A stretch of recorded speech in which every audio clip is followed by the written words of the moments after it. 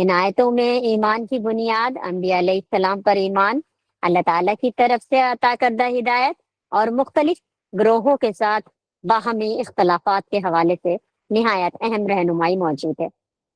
تو آج ہم ان آیات کو صرف پڑھنے کے بجائے بلکہ سمجھیں گے، ان کے پیغام پر غور کریں گے اور یہ دیکھنے کی کوشش کریں گے کہ ان آیات کا تعلق ہماری اپنی زندگی اور ہمارے اپنے ایمان سے کس طرح جڑی ہے۔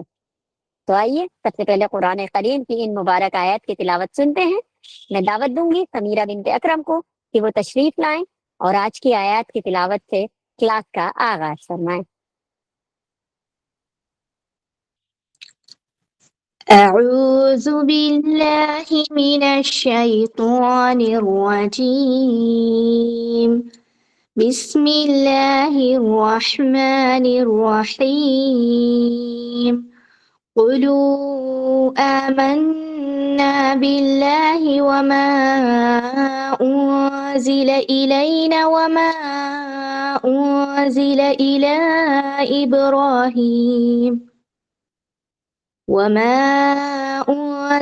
إِلَى إبراهيم وإسماعيل وإسحاق ويعقوب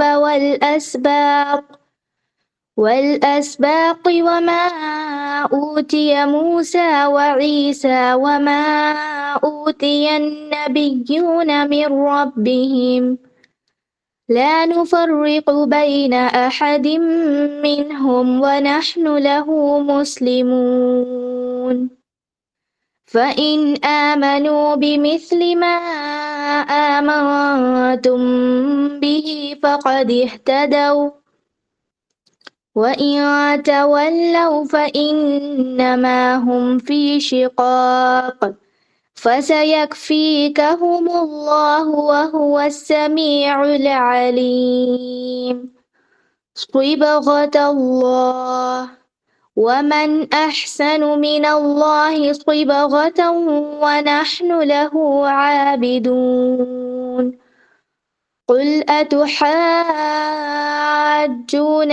في الله وهو ربنا وربكم ولنا أعمالنا ولكم أعمالكم ونحن له مخلصون أم تقولون إن إبراهيم وإسماعيل وإسحاق ويعقوب والأسباط كانوا هودا أو نصارى قل أأنتم أعلم أم الله ومن أظلم ممن كتم شهادة عنده من الله وما الله بغافل عما تعملون تلك أمة قد خلت لها ما كسبت ولكم ما كسبتم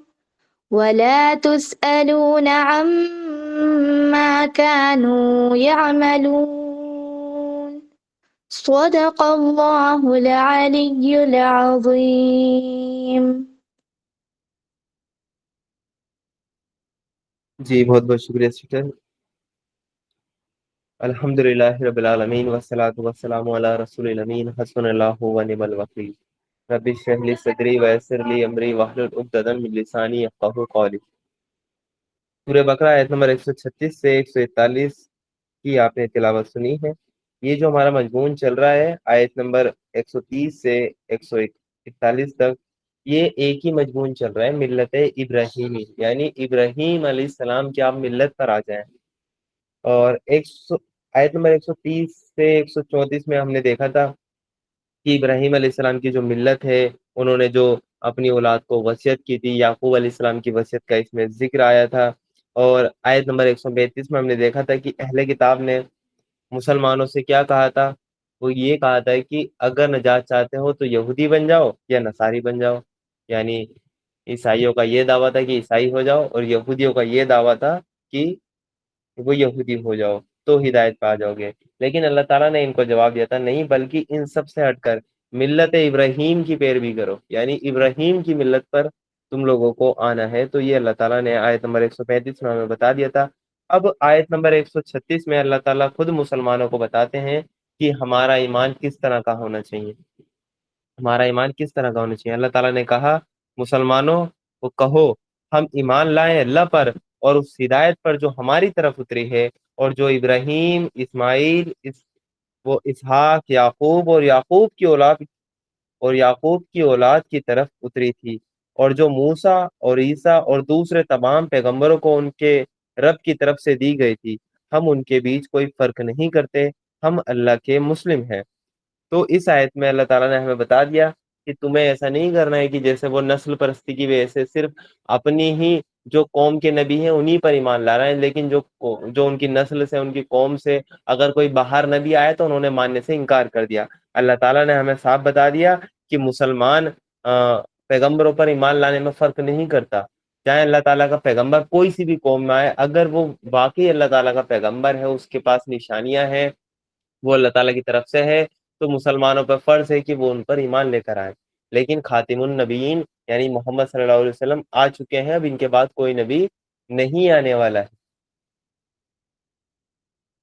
تو مسلمانوں کو کہا گیا ہے کہ ہم ایمان لانے پر فرق نہیں کرتے، ہم تو اس چیز پر بھی ایمان لاتے ہیں، ہم تو ان پیغمبروں پر بھی ایمان لاتے ہیں جن کا ذکر تم کر رہے ہو، ابراہیم پر، اسماعیل پر، اسحاق پر، یعقوب پر، ہم تو کسی میں فرق نہیں کرتے۔ یعنی ایک نبی، اگر مسلمان ایک نبی کا بھی انکار کرے تو وہ دائرہ اسلام سے خارج ہو جائے گا، لیکن جو یہودی ہیں انہوں نے عیسیٰ علیہ السلام کا انکار کیا تو وہ باہر ہو گئے، عیسائیوں نے پھر محمد صلی اللہ علیہ وسلم پر ایمان نہیں لے کر آئے، اور پھر یہودی بھی، تو یہ بھی انہوں نے بھی صرف وہ نبیوں کا انکار ہی کیا ہے۔ یعنی اگر کوئی ایک نبی کا بھی انکار کرتا ہے تو وہ دائرہ اسلام سے باہر ہو جائے گا۔ اگر وہ کوئی انسان یا کوئی بھی گروہ کے لوگ اگر وہ کسی ایک نبی کو مانے اور دوسرے کو نہ مانے، جیسا کہ یہودیوں اور عیسائیوں نے کیا، تو اصل میں وہ اپنے باپ دادا کی اندھی پیروی کر رہے ہیں۔ اصل حقیقت یہ ہے، کیونکہ اگر انہوں نے ایک نبی کو مانا تو اس کو کیوں مانا؟ اگر وہ اللہ کی وجہ سے مانا تو دوسرے کا انکار کیوں کیا؟ اگر کوئی ایسا کر رہا ہے کہ ایک کو مانے اور دوسرے کو نہیں مانے تو وہ نسل پرستی میں ہے، وہ باپ دادا کی اندھی پیروی میں ہے۔ اس نے یہ مان لیا ہے کہ اگر میری قوم میں آئیں گے تو میں مانوں گا، ادروائز میں نہیں مانوں گا۔ تو مسلمان جو ہے نا وہ نبیوں پر ایمان لانے میں فرق نہیں کرتے، ذرا بھی فرق نہیں کرتے۔ اللہ تعالیٰ نے ہمیں یہی بتا دیا کہ مسلمانوں کہو ہم ایمان لائے اللہ پر اور اس ہدایت پر جو ہماری طرف اتری ہے، یعنی قرآن، اور جو ابراہیم، اسماعیل، اسحاق، یعقوب اور یعقوب کی اولاد کی طرف اتری تھی، یعنی جو پچھلے پیغمبر ہیں ان کے پاس جو ہدایت اتری تھی ہم ان پر بھی ایمان لائیں، اور جو موسیٰ اور عیسیٰ اور دوسرے تمام پیغمبروں کو ان کے رب کی طرف سے دی گئی تھی، یعنی موسیٰ علیہ السلام اور عیسیٰ علیہ السلام اور ان کے علاوہ بھی جتنے بھی پیغمبر ہیں ہم سب پر ایمان رکھتے ہیں، اور ہم ان کے بیچ کوئی فرق نہیں کرتے۔ یعنی ہم ایمان لانے میں کسی نبی کے بیچ کوئی بھی فرق نہیں کرتے، اور ہم اللہ کے مسلم ہیں، یعنی ہم اللہ تعالیٰ کے فرمانبردار ہیں۔ ہمارے پاس جب کوئی اللہ تعالیٰ کی طرف سے ہدایت آتی ہے تو ہم اپنا سر تسلیم کر دیتے ہیں، ہم اس ہدایت کی پیروی کر لیتے ہیں، ہم نسل پرستی میں یا وہ خواہش پرستی میں نہیں مبتلا ہوتے، بلکہ ہم اللہ تعالیٰ کے پیغام کو ہم قبول کرتے ہیں۔ اب اس آیت میں ایک بات یہ آئی ہے کہ مسلمان جو ہے نا پیغمبروں کے بیچ کوئی فرق نہیں کرتا، یعنی یہ ایمان لانے میں ہے، لیکن افضلیت کے معاملے میں تو وہ تو اللہ تعالیٰ کی طرف سے ہے، اس کے اندر تو فرق ہو سکتا ہے کیونکہ اللہ تعالیٰ نے بعض پیغمبروں کو بعض پر افضلیت دی ہے، ٹھیک ہے؟ تو ایمان لانے میں تو سب برابر ہے، آپ کسی ایک کا بھی انکار کریں گے تو آپ دائرہ اسلام سے باہر ہو جائیں گے، لیکن افضلیت میں فرق ہو سکتا ہے۔ اللہ تعالیٰ نے سورہ بقرہ آیت نمبر 253 میں ہی کہا، یہ رسول جو ہماری طرف سے انسانوں کو راستہ دکھانے کے لیے بھیجے گئے ہیں، ہم نے ان کو ایک دوسرے سے بڑھ چڑھ کر درجے عطا کیے، یعنی یہ چیز تو اللہ تعالیٰ نے خود قبول کی ہے کہ یہ جو رسول ہم بھیج رہے ہیں نا، تو ہم نے ان میں سے ہی ایک دوسرے کو سے بڑھ چڑھ کر وہ درجے عطا کیے ہیں۔ ان میں کوئی ایسا تھا جس سے اللہ نے خود باتیں کی، وہ کون تھے؟ موسیٰ علیہ السلام، اللہ تعالیٰ نے خود کلام کیا، اور کسی کو اس نے دوسری حیثیتوں سے اونچے درجے دیے، اور آخر میں مریم کے بیٹے عیسیٰ کو روشن نشانی عطا کی اور روح پاک سے اس کی مدد کی۔ یعنی پیغمبروں کے بیچ افضلیت میں فرق ہو سکتا ہے لیکن ایمان لانے میں کوئی فرق انسان نہیں کر سکتا ہے۔ یہ تو اللہ تعالیٰ نے خود ہمیں سورہ بقرہ میں بتا دیا کہ اللہ تعالیٰ نے بعض پیغمبروں کو بعض پیغمبروں پر کی افضلیت یعنی فضیلت دی ہے۔ کوئی پیغمبر ایسے ہیں کہ اللہ تعالیٰ نے خود ڈائریکٹ ہم کلام کیا ہے، کسی میڈیٹر کو بیچ میں نہیں رکھا، فرشتے کو نہیں رکھا، جبریل کو نہیں رکھا، ڈائریکٹ اللہ تعالیٰ موسیٰ علیہ السلام سے ہم کلام وہ ہو جایا کرتے تھے۔ اور کسی پیغمبر کو اللہ تعالیٰ نے کیا کہا؟ اپنا دوست کا، یہ خلیل ہے میرے، کون ہے؟ ابراہیم علیہ السلام، ٹھیک ہے۔ اور کسی کو محبوب کہا، کون ہے؟ محمد صلی اللہ علیہ وسلم۔ تو یہ افضلیت میں فرق تو اللہ تعالیٰ نے رکھا ہے۔ حضرت یوسف کے حوالے سے میں آپ کو بتاؤں، صحیح مسلم کی حدیث ہے، حضرت وہ یوسف علیہ السلام کے حوالے سے 6161 ہے۔ یہ جو فضیلت آئے گی حضرت یوسف کے بارے میں، یہ اکلوتے نبی ہیں، اکلوتے ایسے نبی ہیں جن کے باپ بھی نبی، جن کے دادا بھی نبی، جن کے پردادا بھی نبی، یعنی یوسف علیہ السلام ایسے اکلوتے نبی ہیں جن کے باپ بھی نبی، دادا بھی نبی، پردادا بھی نبی۔ یہ آپ دیکھیں وہ یوسف علیہ السلام کی فضیلت۔ صحیح مسلم میں حدیث ہے 6161 نمبر پہ، حضرت ابو ہریرہ رضی اللہ عنہ سے روایت ہے، انہوں نے کہا کہ آپ صلی اللہ علیہ وسلم سے کہا گیا کہ اللہ کے رسول، لوگوں میں سب سے زیادہ کریم کون ہے، یعنی پیارے کون ہیں، لوگوں میں سب سے زیادہ پیارے کون ہیں؟ تو آپ صلی اللہ علیہ وسلم نے فرمایا جو ان میں سب سے زیادہ متقی ہو، یعنی لوگوں میں سب سے زیادہ پیارا وہ ہے جو سب سے زیادہ پرہیزگار ہو، متقی ہو۔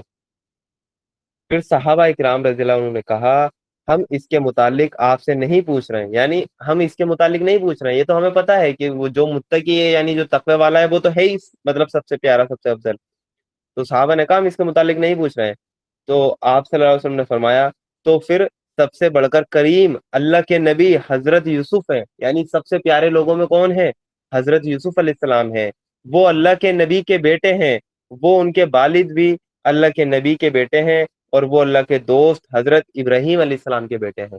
یعنی حضرت یوسف دیکھیں، ان کے والد کون ہے؟ حضرت یعقوب، اللہ کے کون ہے؟ نبی ہیں۔ ان کے دادا حضرت اسحاق کون ہے؟ اللہ کے نبی ہیں۔ ان کے پردادا کون؟ حضرت ابراہیم، اللہ تعالیٰ کے خلیل بھی ہیں اور رسول بھی ہیں، پوری دنیا کے امام بھی ہیں۔ تو سب سے پیارے یہ حضرت یوسف علیہ السلام کو بتایا۔ تو دیکھیں ان کی الگ فضیلت ہے، موسیٰ علیہ السلام کی الگ فضیلت ہے۔ تو پیغمبروں کے بیچ ایمان لانے میں فرق نہیں کر سکتے آپ، لیکن افضلیت میں، فضیلت میں اللہ تعالیٰ نے ہی بعض پیغمبروں کو بعض پیغمبروں پر فضیلت اور افضلیت دی ہے۔ موسیٰ علیہ السلام کی فضیلت جیسے کہ سورہ نساء آیت نمبر 164 میں آتا ہے کہ ہم نے ان رسولوں پر وحی بھیجی جن کی چرچا ہم اس سے پہلے تم سے کر چکے ہیں، اور ان رسولوں پر بھی جن کی چرچا تم سے نہیں کی۔ ہم نے موسیٰ سے اس طرح بات چیت کی جس طرح بات چیت کی جاتی ہے، یعنی موسیٰ علیہ السلام سے جو کلام کیا اللہ تعالیٰ نے، جو کلام اللہ ہے موسیٰ علیہ السلام، اللہ تعالیٰ نے ان سے ایسے بات چیت کی جیسے بات چیت کی جاتی ہے، جیسے میں آپ سے بات چیت کر رہا ہوں، جیسے آپ اپنے دوستوں سے بات چیت کرتے ہیں، ایسے اللہ تعالیٰ نے بات چیت کی۔ کوئی میڈیٹر نہیں بیچ میں، کوئی میڈیٹر نہیں، ورنہ اللہ تعالیٰ فرشتے کو بھیجتا ہے، جبریل علیہ السلام کو مطلب بھیجتا ہے وہی لے کر، لیکن موسیٰ علیہ السلام کے کیس میں کوئی میڈیٹر نہیں بیچ میں، ڈائریکٹ اللہ تعالیٰ ہم کلام ہوتے ہیں۔ یہ دیکھیں آپ موسیٰ علیہ السلام کی فضیلت۔ ابراہیم علیہ السلام کے بارے میں سورہ نساء آیت نمبر 125 میں آتا ہے، اور اس آدمی سے بہتر زندگی کا طریقہ اور کس کا ہو سکتا ہے جس نے اللہ کے آگے فرما برداری کے ساتھ سر جھکا دیا اور اچھے سے اچھا رویہ اپنایا، اور یکسو ہو کر یعنی ایکاگر ہو کر ابراہیم کے طریقے کی پیروی کی، اور اس ابراہیم کے طریقے کی جسے اللہ نے اپنا دوست بنا لیا تھا۔ ابراہیم علیہ السلام واحد ایک ایسے رسول ہیں جس کو اللہ تعالیٰ نے اپنا دوست کہا۔ پوری کائنات کا جو مالک ہے، جو خالق ہے، جو آقا ہے، جو چلانے والا ہے، جو پالنہار ہے، وہ کسی کو اپنا دوست کہہ دے، یعنی اللہ تعالیٰ نے کہا یہ دوستی ہے میری، جن سے ابراہیم علیہ السلام کے ساتھ۔ تو یہ لقب اور یہ فضیلت اور کسی نبی کو حاصل نہیں۔ اور آخر میں حضرت محمد صلی اللہ علیہ وسلم کی وہ خاص فضیلت ہے، وہ یہ ہے، اللہ تعالیٰ نے سورہ احزاب آیت نمبر 40 میں کہا کہ یہ اللہ کے رسول ہیں اور تمام نبیوں کے وہ خاتم ہے، یعنی یہ آخری نبی ہیں۔ ہمارے نبی کی سب سے بڑی فضیلت کیا ہے؟ یہ آخری نبی ہیں، ان کے بعد اب کوئی نبی نہیں، ان کے بعد کوئی اب نبی نہیں۔ اللہ تعالیٰ نے سورہ سبا آیت نمبر 28 میں کہا اور ہم نے آپ کو تمام لوگوں کے لیے رسول بنا کر بھیجا. پچھلے جو بھی پیغمبر آئے ہیں وہ خاص اپنی ایک قوم کے لیے آئے ہیں, وہ قوم کے لیے بھیجے جاتے تھے, لیکن ہمارے نبی محمد صلی اللہ علیہ وسلم کی فضیلت یہ ہے کہ تمام انسانوں کی طرف وہ رسول بنا کر بھیجے گئے, تمام انسانوں کی طرف, پوری دنیا کی طرف رحمت للعالمین ان کو بنا کر بھیجا گیا ہے, رحمت بن کر آئے ہیں پوری دنیا کے لیے, رحمت بن کے آئے ہیں. اور اللہ تعالیٰ کے سب سے زیادہ محبوب کون؟ اللہ کے رسول, اللہ کے رسول. تو یہ فضیلت ان کی ہے. صحیح مسلم میں ہمیں ایک حدیث ملتی ہے 5940 نمبر پہ, یہ حدیث آپ کو مل جائے گی, جس میں نبی کریم صلی اللہ علیہ وسلم نے فرمایا کہ میں قیامت کے دن آدم کی اولاد کا سردار ہوں گا. یعنی آدم علیہ السلام کی جتنی بھی اولاد ہیں, جتنے بھی انسان ہیں, سب کے سردار کون ہیں؟ ہمارے نبی. کہ میں قیامت کے دن آدم کی اولاد کا سردار ہوں گا, پہلا شخص ہوں گا جس کی وہ قبر کھلے گی, سب سے پہلے صفات کرنے والا میں ہوں گا, اور میں سب سے پہلے ہوں گا جس کی وہ صفات قبول ہوگی. یعنی اللہ کے رسول کی فضیلت ہے کہ تمام انسانوں کے سردار کون ہوں گے؟ اللہ کے رسول ہوں گے, اور صرف تمام انسانوں کے, یعنی تمام وہ نبیوں کے سردار بھی کون ہوں گے اس دن؟ اللہ کے رسول ہوں گے. سب سے پہلے اللہ کے رسول ہوں گے جن کی جب قیامت کے دن وہ قبروں سے اٹھائے جائیں گے, سب سے پہلے اللہ کے رسول صلی اللہ علیہ وسلم کی وہ قبر کھلے گی, اور سب سے پہلے اللہ کے رسول صلی اللہ علیہ وسلم کی صفات وہ سنی جائے گی اور قبول کی جائے گی. وہ قیامت میں میدان محشر وہ سجا ہوا ہوگا, اور لوگ وہاں پر اپنے اپنے گناہوں کے مطابق پسینے میں تیر رہے ہوں گے. یعنی سورج جو ہے وہ 1.25 میل کے فاصلے پر ہوگا, اور زمین جو ہے وہ پیتل کی کر دی جائے گی. میدان محشر اسی دنیا میں وہ قائم ہوگا, حساب کتاب ہوگا. تو ابھی لوگ حساب کتاب کا ویٹ کر رہے ہوں گے, لیکن وہاں پر اتنی سختیاں ہوں گی. ابھی حساب کتاب شروع نہیں ہوا, ابھی صرف لوگ وہ قبروں سے اٹھائے گئے ہیں, شروع نہیں ہوا, لیکن ان کو سختیاں اتنی ہوں گی جتنے گناہ کیے ہوں گے وہ اپنے گناہوں کے سبب اپنے پسینے میں وہ تیر رہا ہوگا. کسی کا پسینہ پیر تک ہوگا, کسی کا اتنا پسینہ ہوگا کہ وہ اپنے پسینے میں نہا رہا ہوگا, تو اس کو شدید تکلیف ہوگی. تو لوگ اتنا پریشان ہو جائیں گے اس تکلیف سے کہ ابھی تو حساب کتاب شروع ہی نہیں ہو رہا, اتنی تکلیفیں ہیں, حساب کتاب شروع نہیں کر رہے ہیں اللہ تعالیٰ. مطلب لوگوں کو جمع کر دیا, سن ہی نہیں رہا ان کی کوئی اب. تو لوگ پریشان ہو جائیں گے کہ بھائی, کچھ لوگ تو یہ بھی بول دیں گے کہ جو بھی فیصلہ ہو یار, جنت ہو جہنم ہو, یہاں سے تو نجات ملے, شروع تو کریں حساب کتاب. یہاں تک لوگ اریٹیٹ ہو جائیں گے کہ بھائی حساب کتاب شروع ہونا چاہیے, مطلب وہ سختیوں سے پریشان ہو جائیں گے. تو سارے لوگ اکٹھے ہو کر وہ سب سے آپس میں رائے مشورہ کریں گے کہ چلو آدم علیہ السلام کے پاس چلتے ہیں. وہ اللہ تعالیٰ کے نبی ہیں اور پہلے انسان ہیں, تو ان سے کہتے ہیں کہ وہ اللہ تعالیٰ سے درخواست کریں, دعا کریں. تو لوگ اکٹھے ہو کے آدم علیہ السلام کے پاس جاتے ہیں, ان سے کہتے ہیں کہ آپ اللہ تعالیٰ سے دعا کریں کہ حساب کتاب شروع کریں. تو وہ کہتے ہیں کہ نہیں, آج میرا رب بڑا وہ گجب ناک ہے, مجھ سے ایک غلطی ہو گئی تھی, میں نے جنت میں اللہ تعالیٰ کی نافرمانی کر دی تھی, وہ جو پھل کھا لیا تھا, تو آج تو مجھے اپنی فکر ہے. یعنی میں تمہاری صفات کیا کروں, میں تمہاری عرضی کیا لگاؤں آگے, آج تو مجھے اپنی پڑی ہے کہ اللہ تعالیٰ مجھ سے اس چیز کے بارے میں آج نہ پوچھ لے کہ آدم وہ پھل کیوں کھایا تھا, میری نافرمانی کیوں کری تھی. تو پھر آدم علیہ السلام کہیں گے کہ آپ نوح علیہ السلام کے پاس جائیں کہ میرے بعد وہ رسول ہیں, وہ رسول آئے تھے وہ تمام انسانوں کے لیے. پھر تو نوح علیہ السلام کے پاس وہ گئے, نوح علیہ السلام سے کہا کہ آپ اللہ تعالیٰ سے دعا کیجیے. تو انہوں نے بھی کہا کہ نہیں, آج تو مجھے اپنی غلطی یاد آ گئی کہ میں نے اپنے بیٹے کے لیے دعا کر دی تھی. میں نے اپنے بیٹے کے معاملے میں اللہ تعالیٰ سے جھگڑا کیا تھا کہ اللہ تعالیٰ تو نے وعدہ کیا تھا کہ تو میرے گھر والوں کو بچائے گا, لیکن ان کا ایک کافر بیٹا تھا جو کہ سیلاب میں ڈوب گیا تھا. تو انہوں نے کہا نہیں, آج تو اللہ بہت گجبناک ہے, میں کچھ نہیں کر سکتا, آپ جائیے ابراہیم علیہ السلام کے پاس جائیے. ابراہیم علیہ السلام کے پاس جاتے ہیں, وہ بھی آگے بھیج دیتے ہیں, موسیٰ علیہ السلام کے پاس جاتے ہیں. ایسے ہی کرتے کرتے عیسیٰ علیہ السلام کے پاس لوگ پہنچ جاتے ہیں. تو عیسیٰ علیہ السلام وہ کچھ نہیں بولتے, وہ کہتے ہیں کہ آپ آگے جائیے, یعنی محمد صلی اللہ علیہ وسلم کے پاس. تو میدان محشر میں یہ لوگ, یہ جو میں نے واقعہ بتا دیا 2 منٹ میں بتا دیا آپ کو, 2 منٹ کا نہیں ہے یہ, لوگ اکٹھے ہوں گے، رائے مشورہ کریں گے، آدم علیہ السلام کو ڈھونڈیں گے، ان کے پاس جائیں گے، ان سے کہیں گے، ان سے ڈسکشن ہوگا، کچھ ٹائم لگتا ہے، پھر وہ آگے بھیجیں گے، پھر نوح علیہ السلام کو ڈھونڈیں گے، ٹھیک ہے، ایسے پہنچتے پہنچتے آخر میں وہ کہاں پہنچیں گے؟ اللہ کے رسول صلی اللہ علیہ وسلم کے پاس. تو پھر وہ ان کے لیے اللہ تعالیٰ سے دعا کریں گے اور سجدے میں گر جائیں گے. پھر اللہ تعالیٰ کی طرف سے جواب آئے گا کہ محبوب اٹھو، مانگو کیا مانگتے ہو، سنی جائے گی. تو یہ ہے اللہ کے رسول صلی اللہ علیہ وسلم کی فضیلت. تمام نبیوں کے سردار ہیں ہمارے نبی. سب سے پہلے صفات قبول ہوگی، اللہ تعالیٰ کے محبوب ہیں.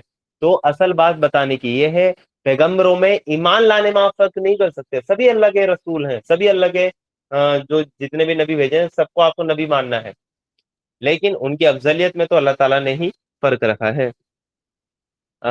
وہ سفر معراج آپ کو پتا ہوگا، صحیح مسلم میں حدیث ہے اس کی پوری 172 نمبر پہ، سفر معراج کی، کہ جب اللہ کے رسول صلی اللہ علیہ وسلم معراج کے سفر پہ گئے تھے، اللہ تعالیٰ سے ملاقات کرنے کے لیے گئے تھے، تو مسجد اقصی میں اللہ کے رسول نے امامت کرائی تھی. یعنی جتنے بھی نبی تھے تمام نبیوں کی امامت کرائی تھی، وہ تمام نبی اللہ کے رسول کے پیچھے کھڑے ہو کے نماز پڑھ رہے تھے. تو امام الانبیاء ہیں ہمارے نبی، یعنی اتنی فضیلت ہے ہمارے نبی کی. امام الانبیاء ہمارے نبی ہیں. تو جتنے بھی بڑے بڑے نبی ہیں، جتنی بھی فضیلت ہیں، لیکن ہمارے نبی سب سے فضیلت والے ہیں. باقی اور اللہ تعالیٰ نے وہ کچھ رسولوں کو وہ کچھ پر ایسی فضیلت دی ہے جو دوسرے کو نہیں دی ہے. جو کلام اللہ ہے وہ موسیٰ علیہ السلام ہے، وہ دوسرے کوئی نہیں ہے. جو اللہ تعالیٰ کے خلیل ہیں وہ ابراہیم علیہ السلام ہیں. تو یہ بھی ہمیں دیکھنا چاہیے، ٹھیک ہے. تو ایمان لانے میں فرق نہیں کر سکتے، لیکن افضلیت میں فرق ہے. ایک ایک اہم ادب اور ہے، یعنی افضلیت اور فضیلت کے معاملے میں نا جھگڑا نہیں کرنا چاہیے. جیسے ایک واقعہ میں آپ کو بتاتا ہوں، صحیح بخاری میں وہ واقعہ کوٹ ہوا ہے، 2411 نمبر پہ وہ حدیث آپ کو ملے گی. ایک واقعہ ہے صحیح بخاری میں کہ دو لوگ تھے، وہ جن میں سے ایک مسلمان تھا اور ایک یہودی تھا، جو ایک دوسرے کو نا مطلب برا بھلا کہنے لگے. ایک یہودی تھا ان میں سے اور ایک مسلمان تھا.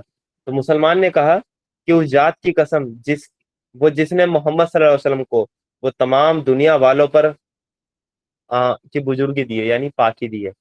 ایک مسلمان نے قسم کھا لی. تو یہودی نے کہا اس ذات کی قسم جس نے موسیٰ علیہ السلام کو تمام دنیا والوں پر بزرگی دی. یعنی آپس میں جھگڑا کرنے لگے. ایک مسلمان تھا، ایک یہودی تھا. وہ اپنے نبی کا نام لے رہا ہے، وہ اپنے نبی کا، جبکہ مسلمان کا ایمان کیا، بھائی موسیٰ بھی ہمارے نبی ہے، موسیٰ بھی تو ہمارے نبی ہیں. تو اس پر مسلمان نے ہاتھ اٹھا کر یہودی کو تماچا مارا. یعنی مسلمان کو غصہ آ گیا، بھائی یہ کیا بات کہہ رہا ہے، اور مسلمان نے یہودی کے ایک تماچا مار دیا. تو یہودی جو تھا وہ نبی کریم صلی اللہ علیہ وسلم کی خدمت میں حاضر ہوا. یعنی وہ جو یہودی تھا وہ اللہ کے رسول کے پاس آ گیا اور مسلمان کے ساتھ جو یہ واقعہ پیش آیا تھا یہ اس نے بیان کر دیا.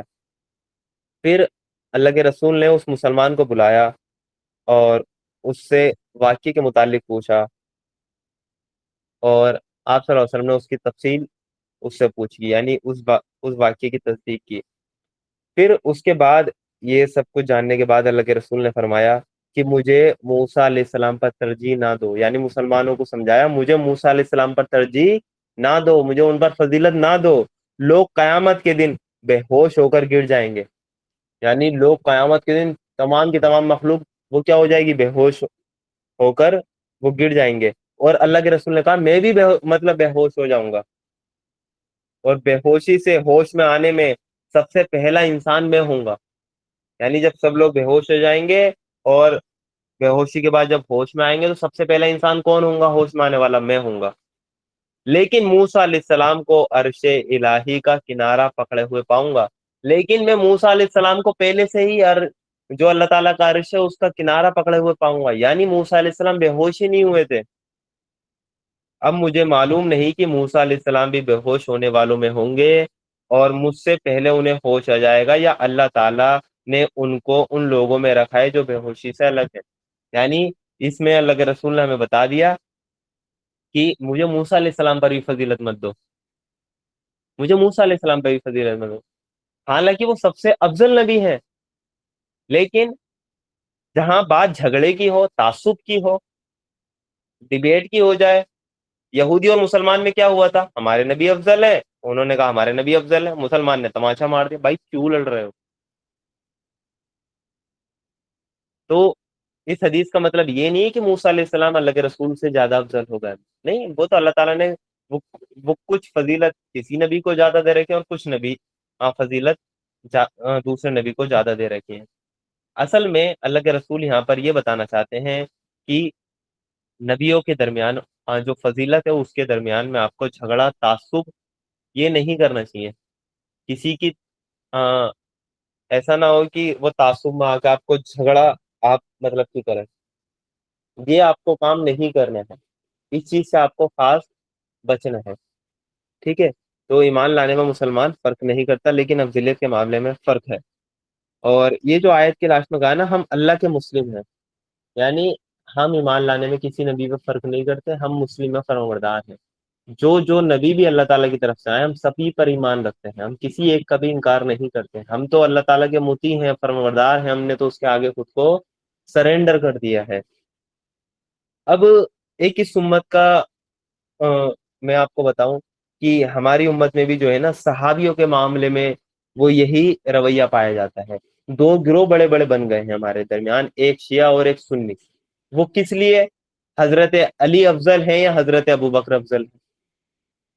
اسی لیے جھگڑے کا باعث بنے پڑے ہیں، حضرت علی افضل ہیں یا حضرت ابو بکر افضل ہیں، اسی کے مسئلے پہ دو گروہ مطلب کہ بن گئے ہیں۔ کوئی کہتے ہیں کہ سب سے جو فضیلت والے حضرت ابو بکر، بھائی آپ سے کس نے کہا حضرت ابو بکر ہے؟ اللہ تعالیٰ نے آپ سے بتایا۔ کوئی کہتا ہے حضرت علی ہے، تو بھائی آپ سے کس نے کہا؟ کچھ فضیلت حضرت ابو بکر کی ہیں اور کچھ فضیلت حضرت علی کی ہیں جو حضرت ابو بکر کے پاس نہیں ہے، اور وہ کچھ فضیلت ایسی ہیں جو حضرت ابو بکر کی ہیں وہ حضرت علی کے پاس نہیں ہے۔ اس میں آپ کیا مطلب کرائٹیریا لگا سکتے ہیں کہ آپ کسی ایک کو افضل بتا دیں؟ اسی کا جھگڑا ہے، اسی کا جھگڑا ہے ہمارے درمیان بھی۔ تو جیسے یہودی اور مسلمان آپس میں مطلب کی بھڑ گئے تھے نا اور اللہ کے رسول نے منع کر دیا تھا، تو ایسے ہی ہمیں کرنا چاہیے کہ ہم کسی بھی صحابی میں کوئی فرق نہیں کرتے، ہم سبھی کو مطلب کہ ہم سبھی کو صحابی مانتے ہیں۔ ہاں، اللہ کی نگاہ میں کون افضل ہے کون وہ ہے، بھائی وہ اللہ دیکھ لیں گے نا، تم جھگڑا کیوں کر رہے ہو دنیا میں؟ فار ایگزامپل یہ بات آپ کو ایسے سمجھ میں آئے گی کہ آپ کا جو دوست ہے اس کے بارے میں آپ بتاؤ گے نا میرا کون دوست ہے کون نہیں ہے، یا آپ کے دوست کا میں ڈیسائیڈ کروں؟ فار ایگزامپل آپ کے 3 دوست ہیں، میں ان میں سے کہوں کہ نہیں یہ دوست اس کے زیادہ کلوز ہے، یہ دوست صرف ہائی ہیلو والا ہے اور یہ دوست نارمل ہے، یہ میں بتاؤں گا یا یہ چیز آپ بتائیں گے مجھے؟ تو آپ یہ کہو گے کہ میرا دوست ہے مجھ سے تو پوچھ لو۔ تو ایسے ہی کون افضل ہے کون افضل نہیں ہے یہ کون بتائے گا؟ یہ اللہ تعالیٰ بتائیں گے، اللہ تعالیٰ سے تو پوچھ لو، اللہ تعالیٰ بتا دیں گے، تم خود ڈیسائیڈ کر رہے ہو کہ نہیں حضرت ابوبکر زیادہ افضل ہے حضرت علی مطلب زیادہ افضل ہے۔ تو یہی افضلیت کے مسئلے میں جو ہے نا بڑی لڑائیاں ہیں، بڑے جھگڑے ہیں، دو بڑے بڑے گروہ مطلب کہ بڑھ چکے ہیں، دو بڑے بڑے گروہ بڑھ چکے ہیں۔ تو کیا بھائی سبھی مطلب صحابی ہیں، ہم صحابیوں میں فرق نہیں کرتے، ہم صحابیوں میں فرق نہیں کرتے، ہاں وہ کچھ فضیلتیں ان کی زیادہ ہے اور کچھ فضیلتیں ان کی زیادہ ہے، دیٹس اٹ۔ نہیں یہ زیادہ افضل ہے یہ کم افضل ہے، بھائی یہ تو آپ ایک صحابی کی توہین کر رہے ہیں، یہ کم افضل ہے یہ زیادہ افضل ہے، بھائی آپ کیوں ڈیسائیڈ کر رہے ہو؟ اللہ تعالیٰ کے اوپر چھوڑ دو۔ جب آپ اپنے دوستوں کا ڈیسائیڈ کرنے نہیں دے رہے ہیں ہمیں، آپ ہم سے یہ کہہ دے رہے ہیں کہ بھائی میرا کون دوست میرا سب سے زیادہ قریبی ہے کون دور کا ہے کون کیسا ہے اس کے بارے میں آپ خود بتا رہے ہیں، تو افضلیت یعنی اللہ کی نگاہ میں مطلب کہ کون بہتر ہے، تو یہ چیز تو اللہ تعالیٰ بتائیں گے نا، تو اللہ تعالیٰ بتا دیں گے گا وہ قیامت کے دن، ہمیں یہاں دنیا میں ٹینشن لینے کی ضرورت نہیں ہے، تو ہمیں اس چیز کا بھی خاص خیال رکھنا چاہیے۔ اس کے بعد آیت نمبر ہماری اگلی ہے 137۔ اب اللہ تعالیٰ جو ہے نا مسلمانوں کو فیصلہ بتاتا ہے، فیصلہ کس چیز کا؟ کیونکہ آیت نمبر 136 میں اللہ تعالیٰ نے مسلمانوں کا یہ عقیدہ تھا، یہ بتا دیا تھا کہ مسلمان جو ہیں وہ ایمان لاتے ہیں اور تمام وہ نبیوں پر ایمان لاتے ہیں، اور جو ہدایت بھی جس نبی پہ بھی آئی ہے مسلمان ان سب کو مانتے ہیں۔ اب اللہ تعالیٰ آیت نمبر 137 میں وہ فیصلہ اپنا بتائیں گے کہ اگر اہل کتاب بھی اسی عقیدے کو قبول کر لیں کہ جیسا کہ مسلمان ہے کہ جو ہدایت بھی ان تک آئی اور اللہ کی طرف سے تھی تو انہوں نے اس کو مان لیا. اگر اہل کتاب بھی اس ہدایت کو قبول کر لیں جو اللہ تعالیٰ کی طرف سے آئی ہے اور اس سے منہ نہ پھیریں وہ تو اور حق کی مخالفت وہ بالکل بھی نہیں کریں, تو اللہ تعالیٰ نے اسی کا ذکر کیا. اللہ تعالیٰ نے کہا پھر اگر وہ اسی طرح ایمان لائیں, یعنی اہل کتاب, پھر اگر وہ اسی طرح ایمان لائیں جس طرح تم لائے ہو, یعنی تم مسلمانوں جس طرح تم لائے ہو, اگر اسی طرح یہ اہل کتاب بھی ایمان لے آئیں تو سیدھی راہ پر ہے, یعنی تو سیدھی راہ پر ہیں, تو یہ صراط مستقیم پہ ہیں. اور اگر اس سے منہ پھیریں تو کھلی بات ہے کہ وہ ہٹ درمی میں پڑ گئے, ہٹ درمی میں پڑ گئے ہیں. یعنی اگر اس ہدایت سے منہ اگر پھیرتے ہیں تو ہٹ درمی میں پڑ گئے. اس لیے اطمینان رکھو کہ ان کے مقابلے میں اللہ تمہاری مدد کے لیے کافی ہے اور وہ سب کچھ سنتا اور جانتا ہے. یعنی اگر یہ ہٹ درمی میں ہی پڑ گئے ہیں, اگر یہ تم پر ایمان نہیں لا رہے ہیں, یعنی اس کتاب پر جو ایک قرآن نازل ہوئی ہے, مسلمانوں جس طرح تم ایمان مطلب کہ لے کر آتے ہو جو بھی اللہ تعالیٰ کی طرف سے ہدایت ہے, یہ اہل کتاب نہیں لاتے ہیں اور اس سے منہ پھیرتے ہیں تو یہ کھلی ہٹ درمی میں یہ پڑے ہوئے لوگ ہیں. اس لیے تمہیں اطمینان رکھنا چاہیے کہ ان کے مقابلے کے لیے اللہ تعالیٰ تمہاری مدد کے لیے کافی ہے اور اللہ تعالیٰ سب کچھ سنتا ہے اور جانتا ہے. یعنی پھر تم اس سے نہ ڈرو, ان لوگوں سے نہ ڈرو, یہودیوں اور عیسائیوں سے پھر بالکل بھی نہیں ڈرو. پھر اللہ تعالیٰ تمہاری مدد کے لیے کافی ہے, پھر اللہ تعالیٰ تمہاری مدد کے لیے ان کے مقابلے میں کافی ہے. اور اس کے بعد آیت نمبر 138 میں اللہ تعالیٰ نے مسلمان کی جو پہچان ہے اور اس کے اندر جو ہونے والی روحانی جو تبدیلی ہے اس کے لیے خوبصورت جو لفظ ہے وہ اللہ تعالیٰ نے بیان کیا ہے, وہ ہے صبغت اللہ, یعنی اللہ کا رنگ. یعنی مسلمان ہونے کے بعد جو مسلمان کے اندر جو تبدیلی آتی ہے, جو روحانی تبدیلی اس کے اندر آتی ہے, جو مسلمان ایک اندر سے چینج ہوتا ہے, اس کیفیت کو اللہ تعالیٰ نے آیت نمبر 138 میں بیان کیا ہے, وہ ہے صبغت اللہ, یعنی اللہ کا رنگ. اللہ تعالیٰ نے کہا کہ کہو اللہ کا رنگ اختیار کرو, اس کے رنگ سے اچھا اور کس کا رنگ ہوگا, ہم اسی کی بندگی کرنے والے لوگ ہیں. اللہ کا رنگ, اللہ کا رنگ کون سا ہوتا ہے؟ کسی نے دیکھا ہے اللہ کا رنگ کیا ہوتا ہے؟ اللہ کا رنگ, اللہ تعالیٰ تو پاک ہے کسی کلر سے, بلیک وائٹ اورینج ریڈ, یہ تو کوئی اللہ تعالیٰ کا کلر نہیں ہے نا, یہ تو سب اللہ تعالیٰ نے بنائے ہیں, کریٹ کیے ہیں. لیکن اللہ تعالیٰ نے کہا اللہ کا رنگ اختیار کرو. بھائی اللہ کا رنگ ہے کون سا, تبھی تو پتہ چلے, اور وہ تبھی تو ہم اختیار کریں.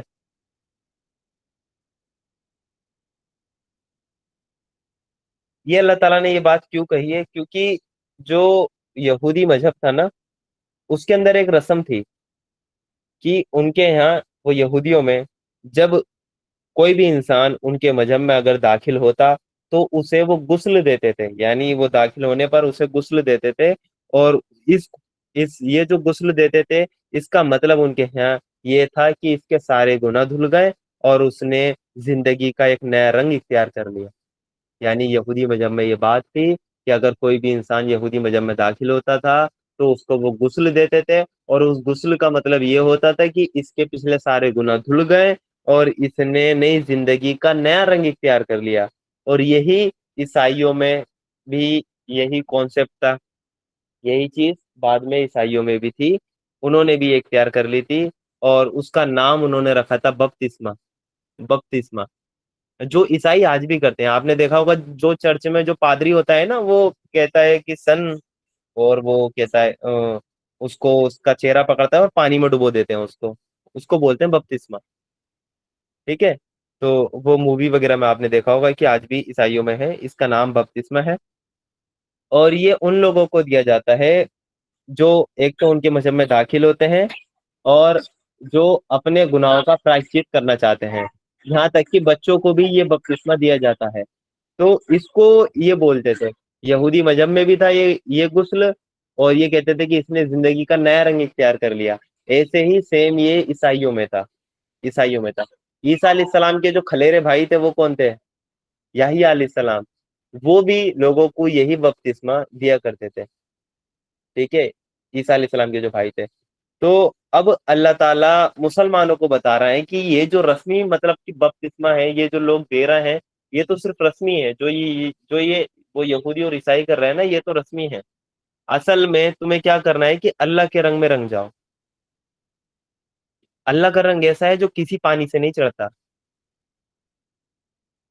بلکہ اللہ تعالیٰ کی بندگی کا طریقہ اختیار کرنے سے چڑھتا ہے. کہ یہ رسمی کی بپتسمے سے کیا ہے، یہ کیا مطلب زندگی کا نیا رنگ اختیار کر دیا. تم اللہ کے رنگ میں رنگ جاؤ، تم اللہ کے رنگ میں رنگ جاؤ. اور سلف نے اس کا معنی جو بیان کیا ہے اللہ تعالیٰ کا رنگ کیا ہے، تو اللہ تعالیٰ کے رنگ سے مراد ہے اللہ تعالیٰ کا دین اور ایمان. یہ دو چیزیں اللہ تعالیٰ کے رنگ سے مراد ہیں یہاں پر. یعنی اگر انسان اللہ تعالیٰ کی بندگی اختیار کرے تو اس نے اللہ تعالیٰ کا رنگ اختیار کر لیا. اللہ تعالیٰ کے دین پہ عمل کرے تو وہ اللہ تعالیٰ کے رنگ میں رنگ گیا. تو یہ اللہ تعالیٰ نے مسلمانوں سے کہا کہ تم اللہ کا رنگ اختیار کرو، اللہ تعالیٰ کی بندگی اختیار کرو. اس کے رنگ سے اچھا اور کس کا رنگ ہوگا، یعنی اور کس کا رنگ اس کے رنگ سے اچھا بہتر ہو، مطلب کہ بہتر ہوگا. اور ایک چیز میں آپ کو بتاؤں کہ اندر سے مسلمان کیسے چینج ہوگا، کہ اس کی جو روحانی کیفیت ہے جب وہ اللہ کا رنگ اختیار کر لے گا، اللہ تعالیٰ کی بندگی اختیار کر لے گا، اللہ تعالیٰ کے دین کو اختیار کر لے گا، تو وہ اندر سے پوری طرح وہ چینج ہو جائے گا. یہاں پہ اللہ کے رنگ سے مراد یہ ہے کہ اللہ تعالیٰ کی جو صفات ہے نا وہ بھی تم اپنے اندر پیدا کرو. فور ایگزامپل اللہ تعالیٰ رحمان ہے، یعنی وہ تمام مخلوق پہ رحم کرنے والا ہے، وہ نہایت مہربان ہے. تو تمہیں اپنے اندر یہ رحم کی صفت تمہیں پیدا کرنی ہے. تم بھی لوگوں کے لیے مہربان ہو جاؤ. اللہ تعالیٰ رحم کرنے والا ہے، تم بھی رحم کرنے والے ہو جاؤ. اللہ تعالیٰ معاف کرنے والا ہے لوگوں کو، تو تم بھی لوگوں کو معاف کرنے والے بن جاؤ. اللہ تعالیٰ موقع دیتا ہے، ہاتھوں ہاتھ پکڑ نہیں کرتا. تو تم بھی اپنے اندر یہ صفات پیدا کرو. یعنی جو اللہ تعالیٰ کی صفات ہے نا، جو اللہ تعالیٰ کے ایٹریبیوٹس ہیں، وہ بھی ان میں سے تم اپنے اندر پیدا کرنے کی کوشش کرو، اپنے اندر پیدا کرنے کی کوشش کرو. جیسے 2-3 ایگزامپل میں نے بتایا کہ اللہ تعالیٰ رحمان ہے تو اپنے اندر رحم کی صفت پیدا کرو. تو یہ تم اندر سے چینج ہوں گے. یہ ہے اللہ تعالیٰ کا رنگ. اللہ تعالیٰ کی صفات اختیار کرو، یعنی اللہ تعالیٰ کا رنگ اختیار کرو. اس کے رنگ سے بہتر اور کس کا رنگ ہو سکتا ہے، تو یہ آپ کو اختیار کرنا ہے.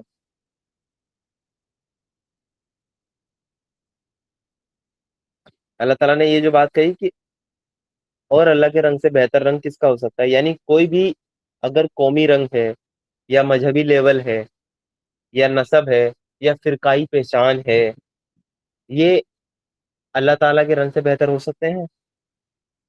کوئی بھی اللہ تعالیٰ کے دین سے بہتر نہیں، اللہ تعالیٰ کے رنگ سے بہتر نہیں.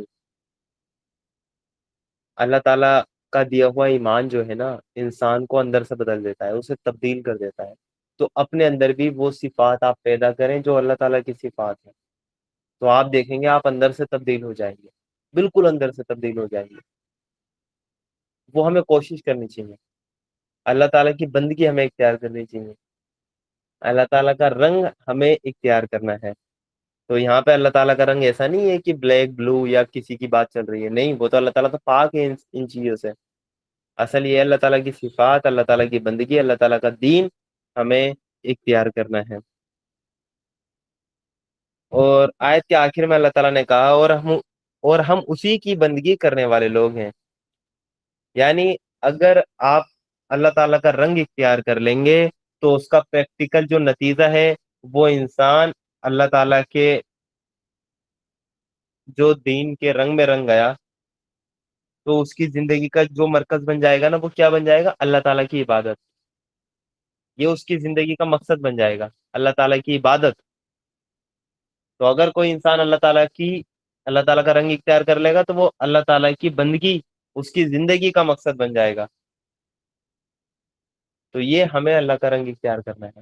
یہودیوں نے کیا کیا تھا کہ انہوں نے کہا بھائی اسے غسل دو، یہ نئی زندگی کا رنگ اختیار کر لیا. اسی عیسائیوں نے بپتسمہ کہ ان کے یہاں رسم ہے کہ اس کے گناہ مطلب دھل گیا، اب یہ نئی زندگی کا رنگ اختیار کر لیا. لیکن اللہ تعالیٰ نے کہا اللہ کا رنگ اختیار کرو. یہ ہے جو کسی پانی سے نہیں چڑھتا، یہ رنگ اختیار کرنا ہے. لیکن ہماری جو میجورٹی ہے، ہم جو لوگ ہیں، وہ ہم اللہ کے رنگ اللہ کے رنگ میں رنگنے کو ہم تیار نہیں ہیں؟ کیا ہم میں سے کوئی اللہ کے رنگ میں رنگنے کو تیار ہے؟ کیا ہم میں سے کوئی اللہ تعالیٰ کی بندگی کرنے کو تیار ہے؟ اللہ تعالیٰ کے دین کے پر عمل کرنے کو تیار ہے؟ یا اللہ تعالیٰ کے اندر جو صفات ہے وہ ہم اپنے اندر ڈیولپ کرنے کی کوشش کرتے ہیں؟ ہم کوشش کرتے ہیں کہ اللہ تعالیٰ رحمان ہے تو رحم کی صفات ہم اپنے اندر پیدا کریں، اللہ تعالیٰ معاف کرنے والا ہے تو ہم لوگوں کو معاف کر دیں؟ ہم تو یہ رنگ اختیار نہیں کرتے، بلکہ ہم تو الگ ہی رنگ اختیار کرتے ہیں۔ ہم اللہ کو چھوڑ کر ہر کسی کا رنگ اختیار کرتے ہیں، اپنے فرقے کا رنگ اختیار کرتے ہیں کہ بھائی جو ہمارا فرقہ کہے گا، فرقے کے جو عقائد ہیں ہم نے اس پر ہی ہم ایمان لیا۔ اللہ کے رنگ کو چھوڑ کر ہر کسی کا، کوئی قوم کا رنگ اختیار کرے بیٹھا ہے، کوئی اپنی ذات کا، بھائی ہم انصاری ہیں، ہم خان ہیں، ہم پٹھان ہیں، وہ اسی پہ گرو کر رہے ہیں، اسی پر پراؤڈ فیل کر رہے ہیں، اسی رنگ میں رنگے ہوئے ہیں۔ بھائی ان سب کو چھوڑو، اللہ کا رنگ اختیار کرو۔ یہاں تک کہ کوئی اللہ کو چھوڑ کر غیر اللہ کا رنگ اختیار کرے بیٹھا ہے۔ وہ نعت نہیں ہے ہمارے یہاں، اپنے ہی رنگ میں رنگ دو صابر، وہ جو ہمارے یہاں پڑھی جاتی ہے، اپنے ہی رنگ میں رنگ دو صابر، یعنی غیر اللہ سے کہا جا رہا ہے کہ تم ہمیں اپنے رنگ میں رنگ دو، اپنے رنگ میں رنگ۔ بھائی اللہ کا رنگ اختیار کرو، کیا کر رہے ہو؟ اور ایک اور جو نعت ہے ہمارے یہاں پڑھی جاتی ہے کہ مجھے چڑھ گئے چشتی رنگ رنگ، یعنی مجھے چشتی کا رنگ چڑھ گیا۔ یہ پریکٹیکلی باتیں بتا رہا ہوں جو ہمارے معاشرے میں ہیں۔ ہم اللہ کا رنگ اختیار کرنے کو کے لیے تیار نہیں ہے، اللہ کا رنگ کو چھوڑ کر ہم باقی سارے رنگ ہم نے اختیار کر لیے کہ مجھے چڑھ گئے چشتی رنگ رنگ۔ دیوا شریف ایک جگہ ہے، وہاں پر مزار ہے، وہ دیوا شریف کے نام سے ہی وہ فیمس ہے۔ تو وہ جن شخص کی مزار ہے نا، ہولی کے دن وہاں پر رنگ کھیلا جاتا ہے، ہولی کے دن رنگ کھیلا جاتا ہے۔ جتنے بھی مسلمان رنگ کھیلتے ہیں وہاں پر، جتنے بھی ان کے مریدین ہیں، وہ جاتے ہیں رنگ کھیلتے ہیں، ہولی ہولی کھیل کر وہاں آتے ہیں۔ ایک شخص تھا، میں ہولی کے دن میں نے دیکھا کہ وہ کاشی پور کا تھا، میں نے کہا بھائی رنگا، مطلب کہ وہ کہاں سے، فوٹو وغیرہ اس کے تھے نا کلر والے، میں نے کہا یہ ہولی کھیلنے کہاں گیا تھا؟ کہہ رہا نہیں، وہ ہم دیوا شریف گئے تھے نا، وہ مزار ہے نا، تو وہاں پہ رنگ کھیلتے ہیں ہولی کے دن۔ میں نے کیوں رنگ کیوں کھیلتے ہو آپ؟ وہ جو جن کی مزار ہے وہ رنگ کھیلا کرتے تھے ہندوؤں کے ساتھ مل کے۔ میں نے کہا واؤ! تو یہ ہم نے اختیار کر لیا کہ اللہ کے رنگ کو چھوڑ کر ہر کسی کا رنگ ہم اختیار کرنے کے لیے ہم تیار ہیں۔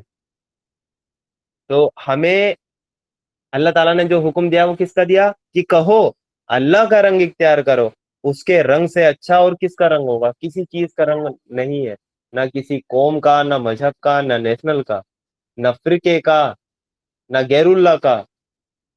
سب سے بہتر رنگ کس کا ہے؟ اللہ تعالیٰ کا۔ تو اگر اب سے آپ کا کوئی فیوریٹ کلر پوچھے نا کہ آپ کا فیوریٹ کلر کیا ہے، تو آپ کہتے ہیں نا اللہ کا رنگ، یعنی صبغت اللہ۔ ہم سے کوئی فیوریٹ کلر پوچھتا ہے نا، ہم سوچتے ہیں یار میرا تو ریڈ ہے، نہیں، لڑکیوں کا پنک ہوتا ہے اور لڑکوں کا بلو ہوتا ہے۔ بھائی صبغت اللہ کس کا فیوریٹ ہے؟ اللہ کا رنگ کس کا فیوریٹ ہے؟ یہ ہماری پرائیورٹی میں نہیں ہے، سوچا ہی نہیں ہم نے یہ کہ اللہ کا رنگ ہمیں اپنا فیوریٹ بنانا ہے، اللہ کے رنگ میں ہمیں رنگنا ہے۔ اگر ہم اللہ کے رنگ میں نہیں رنگیں گے تو ہم دوسروں کے رنگ میں رنگے ہوئے ہیں، دوسروں کے رنگ میں رنگے ہوئے ہیں۔ تو اور جب آپ اللہ تعالیٰ کے رنگ میں رنگ جائیں گے تو اس کا جو پریکٹیکل جو نتیجہ ہے نا، وہ آیت کے لاسٹ میں اللہ تعالیٰ نے بتا دیا، اور ہم اسی کی بندگی کرنے والے لوگ ہیں۔ یعنی پریکٹیکل اس کا نتیجہ یہ نکلے گا کہ آپ صرف اللہ تعالیٰ کی ہی بندگی کرنے والے بن جائیں گے۔ آپ کی زندگی کا مقصد ہوگا صرف اللہ تعالیٰ کی بندگی، یعنی مقصد زندگی رب کی بندگی آپ کا بن جائے گا۔ پھر آیت نمبر 139 میں اللہ تعالیٰ نے کہا، اے نبی صلی اللہ علیہ وسلم، اس سے اگلی آیت ہے، اے نبی صلی اللہ علیہ وسلم ان سے کہو کیا تم اللہ کے بارے میں ہم سے جھگڑتے ہو، حالانکہ وہی ہمارا رب بھی ہے اور تمہارا رب بھی۔ یعنی ان سے، کن سے؟ اہل کتاب سے۔ یعنی تم اللہ تعالیٰ کے بارے میں ہم سے کیوں جھگڑتے ہو، حالانکہ وہی ہمارا رب بھی ہے اور تمہارا رب بھی وہی ہے۔ تو اللہ تعالیٰ کے معاملے میں آخر جھگڑا کیسا؟ اس کی بندگی کرنے کے معاملے میں آخر جھگڑا کیسا ہے؟ ہم تم سے اللہ کی بندگی کے علاوہ کسی اور کی بندگی کرنے کا تو حکم نہیں دے رہے ہیں، تو کیوں تم اللہ تعالیٰ کے بارے میں ہم سے جھگڑا کرتے ہو؟ کیوں کرتے ہو اللہ تعالیٰ کے بارے میں ہم سے جھگڑا؟ تو یہی اللہ تعالیٰ نے کہا، حالانکہ وہ اے نبی ان سے کہو کیا تم اللہ کے بارے میں ہم سے جھگڑتے ہو حالانکہ وہی ہمارا رب بھی ہے اور تمہارا رب بھی، ہمارے اعمال ہمارے لیے ہیں اور تمہارے اعمال تمہارے لیے، ہم اللہ ہی کے لیے اپنی بندگی کو خالص وہ کر چکے ہیں۔ یعنی اللہ تعالیٰ وہ یہ بتانا چاہتے ہیں کہ تمہارے جو اعمال ہیں اس کے ذمہ دار تم خود ہو۔ تم نے اللہ تعالیٰ کا جو دوسروں کو شریک ٹھہرا لیا تو اس کا انجام تم خود دیکھ لو گے، تم خود دیکھ لو گے اس کا انجام کیا ہوگا۔ تم نے جو اللہ تعالیٰ کے ساتھ کسی کو شریک ٹھہرا لیا تو اس کا انجام تم خود دیکھ لو گے۔ اور ہم نے جو اللہ تعالیٰ کی بندگی کو خالص کر لیا تو یہ ہمارے لیے ہے، یعنی ہمارے اعمال ہمارے لیے ہیں اور تمہارے اعمال تمہارے لیے ہیں۔ تم جو کرو گے اس کے ذمہ دار تم خود ہو اور ہم جو کریں گے اس کے ذمہ دار ہم خود ہیں۔ یعنی یہودیوں نے، اہل کتاب نے اللہ تعالیٰ کے ساتھ شرک کر لیا تھا تو اللہ تعالیٰ نے یہاں پہ بتا دیا کہ یہ جو انہوں نے کیا ہے اس کا ہرجانہ یہ خود دیکھ لیں گے، یہ خود دیکھ لیں گے انہوں نے کتنا بڑا جرم کیا ہے، یہ اس کے ذمہ دار یہ خود ہیں۔ اور تم اللہ تعالیٰ کی بندگی کرتے ہو، اللہ تعالیٰ کے لیے خود کو کی بندگی کو خالص رکھتے ہو تو یہ تمہارے لیے ہے۔ تو یہی بات اللہ تعالیٰ نے اس آیت میں کہی، اے نبی ان سے کہو کیا تم اللہ کے بارے میں ہم سے جھگڑتے ہو حالانکہ وہی ہمارا رب بھی ہے اور تمہارا رب بھی، ہمارے اعمال ہمارے لیے ہیں اور تمہارے اعمال تمہارے لیے ہیں، ہم اللہ ہی کے لیے اپنی بندگی کو خالص کر چکے ہیں۔ یعنی مسلمانوں نے کہا کہ ہم نے تو اپنی بندگی کو اللہ تعالیٰ کے لیے ہی خالص کر لیا ہے، ہم اللہ کے علاوہ کسی اور کی بندگی کرنے والے نہیں ہیں۔ پھر آیت نمبر 140 میں اللہ تعالیٰ نے کہا، یا پھر کیا تمہارا کہنا یہ ہے کہ ابراہیم، اسماعیل، اسحاق، یعقوب اور یعقوب کی اولاد سب کے سب یہودی تھے یا عیسائی تھے؟ کہو تم زیادہ جانتے ہو یا اللہ؟ یعنی یہ جو کتاب ہے یہ ان کے اہل کتاب کے جاہل لوگوں سے ہے۔ جو اہل کتاب کے جاہل تھے نا، جو یہودی اور عیسائیوں میں جاہل جو لوگ تھے، عوام جو تھی ان کی جاہل، وہ یہ سمجھتی تھی کہ جتنے بھی یہ نبی تھے نا یا تو یہ یہودی تھے، جو یہودی تھے وہ یہ سمجھتے تھے یہ سارے نبی بھی یہودی تھے، عیسائی یہ سمجھتے تھے سارے نبی بھی عیسائی تھے۔ یعنی وہ کون کون؟ ابراہیم، اسماعیل، اسحاق، یعقوب اور یعقوب کی اولاد سب کے سب یہودی تھے، ان کی عوام یہ سمجھتی تھی۔ اور دوسری طرف عیسائیوں کی عوام یہ سمجھتی تھی یہ سب کے سب عیسائی تھے۔ تو اللہ تعالیٰ نے انہی کے جو عوام کے جو جاہل لوگ تھے ان کا یہاں پر خطاب کیا ہے کہ یہ سمجھتے ہیں کہ یہ سب کے سب یہودی یا عیسائی تھے۔ اور یہی حال ہمارے جاہل یعنی مسلمانوں میں جو جاہل عوام پائی جاتی ہے ان کا بھی یہی حال ہے۔ وہ یہ سمجھتے ہیں کہ نبی کریم صلی اللہ علیہ وسلم اور صحابہ کرام ان کے فرقے سے تھے، جیسے وہ اپنے مذہب سے سمجھتے تھے پچھلے نبیوں کو، ابراہیم، اسحاق، اسماعیل، یعقوب وہ سمجھتے تھے سب کے سب یہودی تھے، عیسائی سمجھ رہے تھے سب کے سب عیسائی تھے۔ اور ایسے ہی آج ہم سمجھتے ہیں اہل سنت والجماعت، بھائی سب کے سب سنی تھے، کون؟ اللہ کے رسول اور صحابہ کرام۔ شیعہ کہتے ہیں نہیں سب کے سب شیعہ تھے، حضرت علی سے محبت کرنے والے۔ کوئی یہ کہتا نہیں وہ تو حدیثوں پہ چلنے والے تھے تو اہل حدیث تھے۔ تو وہ اللہ کے رسول کو اور صحابہ کرام کو اپنے فرقے سے جوڑتے ہیں۔ یہ جاہل عوام آج ہمارے درمیان بھی ہے۔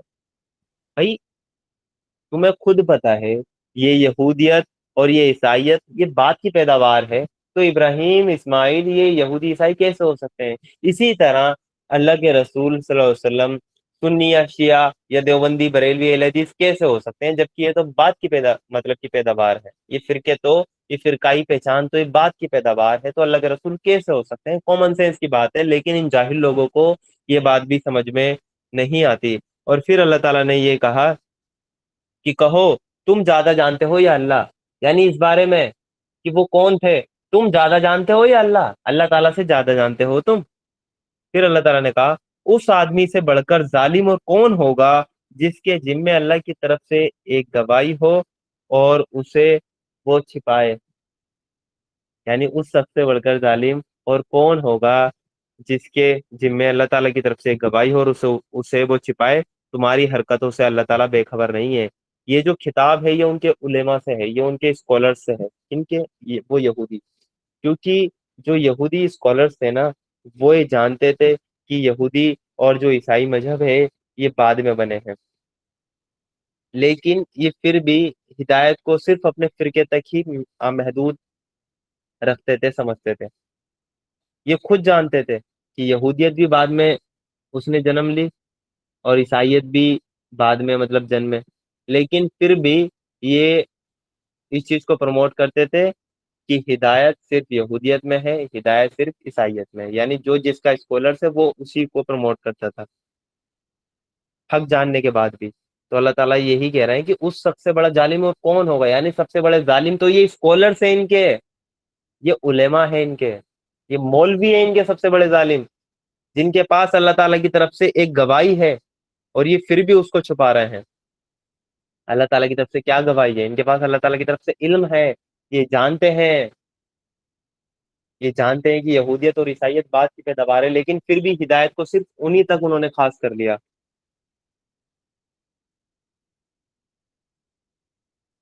اور ان کے علماء سے جب پوچھا جائے، مطلب کہ جب پوچھا جاتا تھا نا ان کے یہودی اور عیسائیوں کے اسکالر سے، مولویوں سے جب پوچھا جاتا تھا کہ یہ ابراہیم علیہ السلام، اسحاق علیہ السلام، یعقوب علیہ السلام، یہ موسیٰ علیہ السلام، یہ کون سے گروہ سے تھے، یعنی یہ یہودی تھے یا عیسائی تھے، تو یہ لوگ جو ہے نا اس کا جواب دینے سے بچتے تھے. کیونکہ اگر یہ اس کا جواب دے دیتے کہ یہ تو کسی گروہ سے نہیں تھے تو ان کی دلیل ہی ختم ہو جاتی. یعنی یہ جو مانتے ہیں کہ ہدایت صرف یہودیت میں ہے اور عیسائیت میں ہے تو یہ بات ختم ہو جاتی. لیکن یہ ان کے مولوی جو ہے نا اس چیز کا جواب دینے سے ہی بچتے تھے. اگر ان سے کوئی پوچھتا تھا نا کہ بھائی ہمیں یہ بتائیں کہ ابراہیم، اسماعیل، اسحاق یہ کون سے گروہ سے تھے، یہودی سے تھے یا عیسائی سے تھے، تو یہ بچتے تھے. انہوں نے کہا ٹالو بھائی اس کوشچن کو، اگر اس کا آنسر ہم نے کر دیا تو کیا ہو جائے گا، ہماری تو دلیل ہی ختم. ہم جو کہتے ہیں کہ ہدایت صرف یہودیت میں ہے تو یہ بات ہی ختم ہو جائے گی، یہ بات ہی ختم ہو جائے گی. اور یہی حال سیم ہمارے مولوی کا بھی ہے، سو کالڈ مولوی جو ہمارے درمیان پائے جاتے ہیں،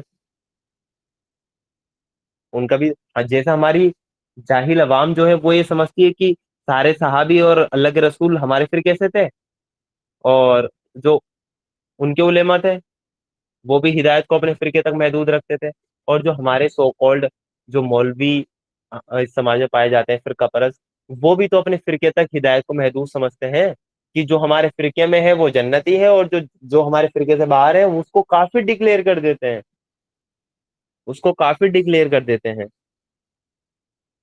تو اللہ تعالیٰ نے ان لوگوں کو تو کہا سب سے بڑا ظالم، اور اس آدمی سے بڑھ کر ظالم کون ہوگا، یعنی سب سے بڑا ظالم وہ مولوی ہے، وہ علماء ہے ان کا جو انہیں حق نہیں بتا رہا، جس کے جن میں اللہ کی طرف سے گواہی ہو، یعنی جو جانتا ہو اور اسے وہ چھپا رہا ہے، یعنی وہ جانتے پوچھتے اس گواہی کو چھپا رہا ہے. ان مولویوں کو پتا ہے لیکن یہ جانتے پوچھتے چھپا رہا ہے، تو یہ سب سے بڑے ظالم ہے، یہ سب سے بڑے ظالم ہے. کیا ان مولویوں سے آج ہم پوچھتے ہیں کہ بھئی اللہ کے رسول اور صحابہ کرام کون سے فرقے سے تھے، کون سے گروہ مطلب گروہ سے تھے، تو اس کا جواب دینے سے بچتے ہیں، کتراتے ہیں. جیسے وہ ان کے یہودی اور عیسائیوں کے جو مولوی تھے وہ بچتے تھے نا، یار اس بات کا جواب دے دیا ہماری تو دلیل ہی ختم ہو جائے گی سب. ایسے ہی آج کے جو مولوی ہیں ان سے پوچھتے ہیں نا بھئی اللہ کے رسول اور صحابہ کرام کون سے گروہ سے تھے، آپ نام بتا دیں ہم بھی اسی گروہ میں چلے جائیں گے، تو یہ بچتے ہیں. نہیں وہ تو کوئی سے گروہ سے نہیں تھے، لیکن اب جو ان کے طریقے پہ چل رہا ہے اور وہ ایسے کر رہے ہیں وہ ہم ہیں، وہ مطلب ایسے گھما پھرا کے آپ کو جواب دیں گے، ڈائریکٹلی نہیں بتائیں گے. کیوں؟ اگر وہ بتا دیں گے تو ان کی دلیل ختم ہو جائے گی. تو پھر اللہ تعالیٰ نے آخر میں کہا تمہاری حرکتوں سے اللہ تعالیٰ بے خبر تو نہیں ہے، یعنی جو یہ تم کام کر رہے ہو اللہ تعالیٰ اس سے بے خبر بالکل بھی نہیں ہے. آیت نمبر 141 میں اللہ تعالیٰ نے کہا وہ کچھ لوگ تھے جو گزر چکے ہیں، یعنی وہ کچھ لوگ تھے جو گزر چکے ہیں، یعنی یہاں ابراہیم علیہ السلام، اسماعیل علیہ السلام، اسحاق علیہ السلام، یعقوب علیہ السلام اور ان کی جو نسل کے جو نیک لوگ تھے ان کی طرف مطلب یہاں پر اشارہ ہے. اللہ تعالیٰ نے کہا وہ زندگی گزار کے اللہ تعالیٰ کے پاس چلے گئے، یعنی وہ کچھ لوگ تھے جو گزر چکے، لیکن ان کے نام پر تم اپنی نجات کا دعویٰ نہیں کر سکتے، ان کا نام تمہیں فائدہ نہیں دیں گے. وہ کچھ لوگ تھے جو مطلب چلے گئے، ایسا نہیں ہے ان کا نام لینے سے تمہاری نجات ہو جائے گی. ایسے ہی ہم جو نام لیتے ہیں کہ وہ صحابہ تھے، وہ یہ تھے، انہوں نے یہ کیا تھا، بھائی وہ کچھ لوگ تھے جو چلے گئے، ان کی کمائی ان کے لیے تھی اور تمہاری کمائی تمہارے لیے، یعنی انہوں نے جو نیک عمل کیے تھے ان کا اجر ان کو ملے گا، اور تم جو کرو گے اس کا اجر تم کو ملے گا، اور تمہارے لیے وہ ہے جو تم نے کمایا ہے۔ تم سے ان کے اعمال کے بارے میں پوچھا نہیں جائے گا، یعنی تم سے یہ نہیں پوچھا جائے گا کہ انہوں نے کیا کیا تھا، اس کا جواب تم دو، اور نہ تمہارے اعمال کے بارے میں ان سے پوچھا جائے گا۔ تو اللہ تعالیٰ یہی کہہ رہے ہیں کہ جو یہ تم نام لے رہے ہو نا، جو یہ دعوے کر رہے ہو، تو وہ کچھ لوگ تھے جو مطلب کہ وہ گزر چکے ہیں، ان کی کمائی ان کے لیے تھی اور تمہاری کمائی تمہارے لیے۔ تم سے ان کے اعمال کے بارے میں پوچھا نہیں جائے گا، بالکل بھی پوچھا نہیں جائے گا انہوں نے کیا کیا ہے یا تم کیا کر رہے ہو، کہ انہوں نے کیا کیا ہے اور تم یہ کیوں نہیں کر رہے ہو۔ ان سے ان کے بارے میں پوچھا جائے گا اور تم سے تمہارے بارے میں پوچھا جائے گا۔ تو اللہ تعالیٰ ہمیں ان آیتوں پہ عمل کرنے کی توفیق عطا کرے۔ جزاک اللہ خیرا کثیرا۔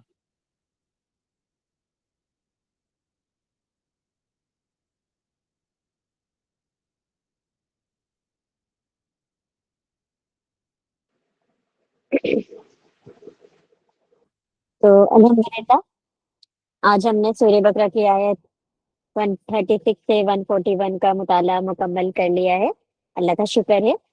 اور اس میں ہم نے اپنے اللہ رب العزت کا شکر ہے کہ اس نے ہمیں یہ توفیق دی کہ آج ہم پوری کلاس میں برقرار باقاعدگی سے ان آیتوں پر غور و فکر کرتے رہے۔ تو آج کی آیت کے بعد ہمیں پتہ چل گیا ہوگا کہ اپنے ایمان کی بنیاد کو ہمیں مضبوط رکھنا ہے، اور تمام انبیاء علیہ السلام پر ایمان رکھتے ہوئے اللہ تعالیٰ کی ہدایت کو مضبوطی سے تھامتے ہوئے اللہ تعالیٰ کی طرف پوری طرح سے متوجہ ہونا ہے۔ تو ہماری کوشش یہی ہونی چاہیے کہ قرآن صرف ہماری تلاوت تک محدود نہ رہے، بلکہ اس کا پیغام ہماری سوچ میں بھی ظاہر ہو، ہمارے کردار میں بھی، اور ہماری زندگی کا حصہ یہ چلتا پھرتا قرآن نمونہ نظر آنا چاہیے۔ میں تمام طلبہ کا بھی شکریہ ادا کرنا چاہوں گی، اور کہ آپ نے اپنا قیمتی وقت نکالا اور کلاس میں آپ لوگ شریک رہے، اور خاص طور پر ہمارے نئے طلبہ کو ایک مرتبہ پھر مطالعہ قرآن اکیڈمی میں خوش آمدید۔ ہم امید کرتے ہیں کہ اکیڈمی کے ساتھ آپ اپنے علمی سفر کو جاری رکھیں گے، اور یہاں سے حاصل ہونے والے علم کو آپ اپنی زندگی میں بھی شامل کریں گے اور دوسروں تک بھی ضرور پہنچائیں گے۔ آخر میں اللہ تعالیٰ سے دعا ہے کہ یا اللہ ہمیں قرآن کو صحیح طور پر پڑھنے، سمجھنے، اس پر غور کرنے اور اس کے مطابق اپنی زندگی کو گزارنے کی توفیق عطا فرمائے، ہمارے علم میں برکت عطا فرمائے، اور اس علم کو ہمارے لیے نافع بنا۔ جی بالکل، یہ علم ایسا ہونا چاہیے جو ہماری زندگیوں کو نفع بخشے۔ ہماری اس کوشش کو اپنی بارگاہ میں اللہ رب العزت قبول فرمائے، آمین یا رب العالمین۔ تمام استاذہ کا بھی شکریہ اور طلبہ کا بھی جو آج کی کلاس میں اب تک شریک رہے، تمام احباب کا بھی بہت بہت شکریہ۔ تو جزاکم اللہ خیرا کثیرا۔ انشاءاللہ اگلی کلاس میں یعنی کہ کل پھر ملاقات ہوگی، اور آپ لوگوں کو پتہ ہونا چاہیے دونوں کلاسوں سے کے متعلق ایک سوال پوچھا جائے گا، اور سوال صحیح چاروں ہفتوں کے صحیح سوال کا جواب دینے والوں کو کیش پرائز سے بھی نوازا جاتا ہے۔ تو اس خوبصورت علمی سفر کو ہم کل پھر جاری رکھیں گے۔ تب تک کے لیے اپنا خیال رکھیں، قرآن سے جڑے رہیے، غور و فکر کرتے رہیے اور علم کو آگے پہنچاتے رہیے۔ والسلام علیکم ورحمۃ اللہ وبرکاتہ۔